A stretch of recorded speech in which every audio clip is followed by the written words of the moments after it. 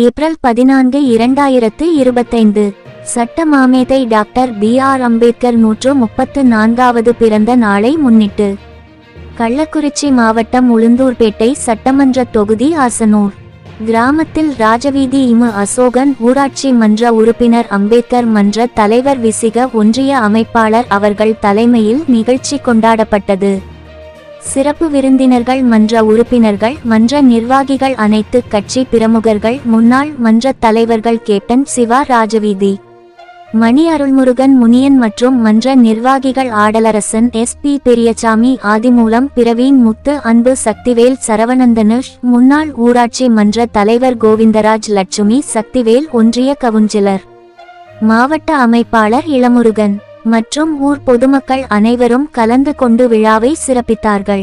கள்ளக்குறிச்சி மாவட்டம் செய்தியாளர் வி. ஜெயசங்கர்.